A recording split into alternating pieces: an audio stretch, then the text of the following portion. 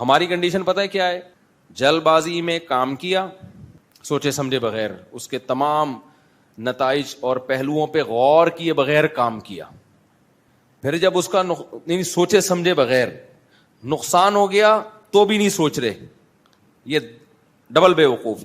اس سے بڑے بھی ہم بے وقوف ہیں، وہ یہ کہ پھر ہم ڈالتے ہیں تقدیر پہ، یار کیا کریں مقدر میں یہی لکھا ہوا تھا۔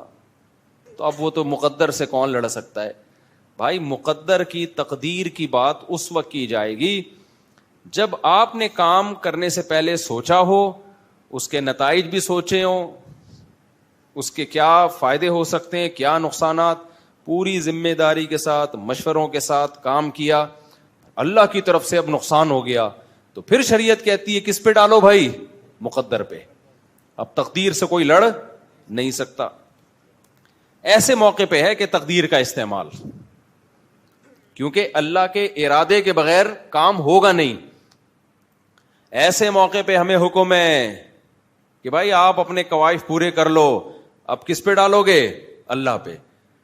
آپ کام کیے بغیر اللہ پہ نہیں ڈال سکتے۔ ایک آدمی نے مجھے کہا جاپانیوں کی عمریں لمبی ہوتی ہیں، پاکستانیوں کی کم ہوتی ہیں، تو کیا اللہ نے ان کی تقدیر میں لمبی عمر لکھی ہوئی ہے؟ میں نے کہا ان کی تقدیر میں اللہ نے لمبی عمر لکھی ہوئی ہے، اور ساتھ میں یہ بھی لکھا ہوا ہے کہ اپنی صحت کا بہت خیال کریں گے، کھائیں گے ایسی چیزیں، برگر پیزے نہیں کھائیں گے۔ تو یہ ساری چیزیں تقدیر میں ہیں، اللہ کے علم میں پہلے سے ہے نا۔ تو جاپانیوں کے بارے میں اللہ نے کو علم ہے کہ یہ سب لائف اسٹائل بہت اچھا ہوگا، تمیز کی زندگی ہوگی، لہذا یہ 100 سال جئیں گے، تو وہ مقدر ہی کے حساب سے مرتے ہیں۔ ہمارے بارے میں اللہ نے پہلے سے لکھا ہوا ہے کہ یہ برگر کھا کھا کے برگر بن جائیں گے، کولیسٹرول کے ڈبے اور گھی کے کنستر بنیں گے، اور 50 سال 60 سال سے اوپر کوئی بھی کراس نہیں کرے گا۔ 50 سال کے بعد ان کی بونس والی لائف شروع ہوگی۔ تو ہر چیز تقدیر سے ہے، ہر چیز تقدیر سے ہے، لیکن اسباب بھی تقدیر میں ہی لکھے ہوئے ہوتے ہیں، اللہ کے علم میں وہ پہلے سے ہوتا ہے۔ جب شام میں وبا پھیلی ہے نا حضرت عمر کے دور میں، تو صحابی رسول جو شام جا رہے تھے نا لشکر لے کے، پتا چلا کہ جی شام میں تو طاعون کی بیماری پھیل گئی ہے۔ اب ظاہر ہے وہاں جانے کا مطلب ہے آپ بھی اس وائرس میں اپنے اوپر بڑا خطرہ ہے۔ تو اب صحابہ کی جماعت وہیں رک گئی شام سے تھوڑا پہلے، غالباً عبیدہ ابن جرح رضی اللہ تعالیٰ عنہ تھے غالباً۔ تو انہوں نے اب مشورہ کیا بھائی کیا کریں ہم، بعض صحابہ نے مشورہ دیا ہمیں واپس جانا چاہیے۔ تو انہوں نے کہا ٹھیک ہے ہم نہیں جاتے، وہاں وبا پھیلی ہوئی ہے، ہمیں مرنے کا خطرہ ہے، تو وہ واپس چلو۔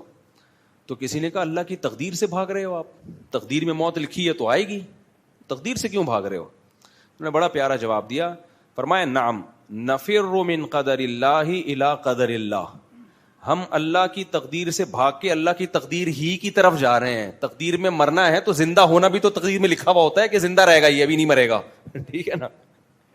سمجھ میں آ رہی ہے بات کہ نہیں آ رہی؟ تو ہمیں کیا پتا ہماری تقدیر میں زندگی ہے یا موت ہے، ہمیں کیا پتا؟ تو ہم زندگی کے اسباب اختیار کریں گے۔ زندہ بچ گئے تو اس کا مطلب مقدر میں زندگی لکھی ہوئی تھی اور ہم بھاگ کے مقدر سے دور بھاگ رہے تھے اپنے، تو ہمیں نہیں پتا۔ تو اسی پر آزمائش ہے ساری کہ بھائی ہمیں کیا پتا کیا لکھا ہوا ہے، اس لیے ہم سے وہ پوچھا جائے گا جو ہم کر رہے ہیں۔ سمجھ میں آ رہی ہے بات کہ نہیں آ رہی ہے؟ تو تقدیر کا عقیدہ وہاں استعمال کیا جائے گا جہاں آپ کی طرف سے قوائف پورے ہوں پھر بھی رزلٹ نہ آئے، تو وہاں کیا سوچیں گے بھائی؟ پھر مسلمان صبر کرتا ہے، غیر مسلم ڈپریشن میں جاتا ہے، اسٹریس میں جاتا ہے کہ یہ کیا ہو گیا، دماغ بنا لیا۔ تو وہ بھی اللہ کا آرڈر ہے کہ اب کر لو۔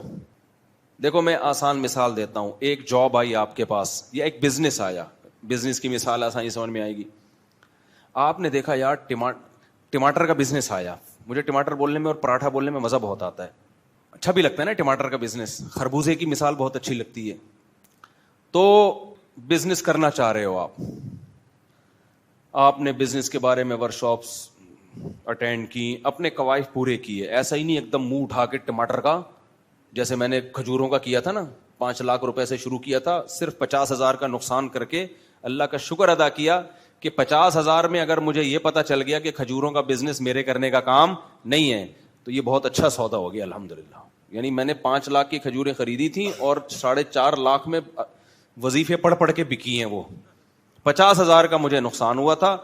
تو میں خوش تھا بہت. لوگ کہہ رہے تھے خوش کیوں ہو؟ میں نے کہا مجھے 50,000 گنوا کے یہ پتا چل گیا کہ یہ میرے کرنے کا کام نہیں ہے. تو یہ نالج آدمی کو بڑی مشکل سے حاصل ہوتی ہے بھائی.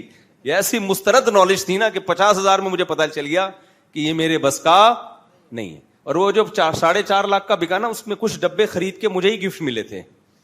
یعنی لوگ مجھے کوئی رمضان میں گفٹ دینا چاہ رہے تھے تو وہیں سے خرید کے چلو بھائی فی الحال یہی اویلیبل ہے, اسی کو پکڑا دو. ان کو نہیں پتا تھا یہ ہمارا ہی بزنس ہے. خیر, تو آپ نے کیا کیا؟ پورا مشورہ کیا, ورکشاپ, تاجروں سے ملے, بھائی اس طرح سے کیا جاتا ہے, اتنی انویسٹمنٹ میں ہوگا, سارے مشورے لے کے, اور دے دنا دن جو بھی ٹماٹر کا بزنس کر رہا تھا آپ نے اس کو دیکھا کہ یار سارے ہی ترقی کر رہے ہیں. تو شریعت نے جو کسی کام کرنے کے کوائف بتائے ہیں وہ آپ نے پورے کر لی. یعنی شریعت کے لحاظ سے آپ کی ڈاکومنٹیشن مکمل ہو گئی. ایک ڈاکومنٹیشن ہوتی ہے نا ویزے کے لیے, ایک جاب کے لیے, ایک ہر کام کرنے کے لیے اللہ بھی کوئی ڈاکومنٹ مانگتے ہیں. اللہ کہتے ہیں یہ ڈاکومنٹیشن مکمل کر لو, اس کے بعد اگر نقصان ہوا نا تو تمہیں ثواب دوں گا میں, کیونکہ پھر وہ میں نے دلوایا ہے نقصان, پھر اس میں تمہارا قصور نہیں ہے. اور اگر یہ ڈاکومنٹیشن کے بغیر تم نے کوئی کام کیا پھر نقصان ہوگا, نقصان بھی ہوگا اور حماقت کا گناہ بھی ملے گا تمہیں. آسان مثال دیتا ہوں. آپ کہہ رہے تھے میں سگریٹ پیتا ہوں تو میں ایک دم فریش ہو جاتا ہوں. سگریٹ پیتا ہوں تو میں کیا ہو جاتا ہوں؟ فریش, ایک دم ناک سے بھی دھواں, منہ سے بھی دھواں, انجوائے کرتا ہوں لائف کو. تو آپ نے اپنے آپ کو سگریٹ کا عادی بنانے کا فیصلہ کر لیا. بھائی تم صحت اچھا کرنا چاہ رہے ہو نا, تو کس سے پوچھو؟ ڈاکٹروں سے پوچھو کہ یہ جو میں ایک دم فریش ہو جاتا ہوں, ایک دم مزہ آنے لگتا ہے, تو یہ کیا ہے؟ جب ڈاکٹروں سے آپ پوچھو گے, 1 ڈاکٹر 2 ڈاکٹر 3 ڈاکٹر, وہ کہیں گے بھائی یہ وقتی فائدہ ہے, اس کے بعد آپ اس کے عادی ہوتے چلے جاؤ گے. پہلے 1 ڈبی, پھر 2 ڈبی, پھر 10 ڈبی, پھر سارا دن ڈبے ہی ڈبے, پھر پورا دھواں ہی بن جاؤ گے تم. ایک دن اتنا دھواں نکالو گے کہ ہر جگہ سے دھواں ہی نکلے گا, سمجھ رہے ہو؟ پھر دھواں ہی دھواں, اور ایک دن دھواں بن کے مارکیٹ سے شارٹ ہو جاؤ. کینسر ہو جائے گا, یہ ہو جائے گا, وہ ہو جائے گا, بھوک ختم ہو جائے گی, پھر پینی پڑے گی, اور پی پی کے اب آپ کو نقصان ہونا شروع ہو گیا. اب آپ کہہ رہے ہو اصل میں تو یہ طاقت کا ایک ٹونک تھا, لیکن جو کینسر ہو گیا یہ کس کی قدرت ہے؟ اللہ کی قدرت ہے. یار خدا سے کون لڑ سکتا ہے؟ تو اللہ کہے گا یہ کینسر میرے کہنے سے نہیں, بلکہ تیری ہم کیا تو میں نہیں ہے, لیکن تیری حماقتوں کی دنیا میں تجھے سزا دی ہے.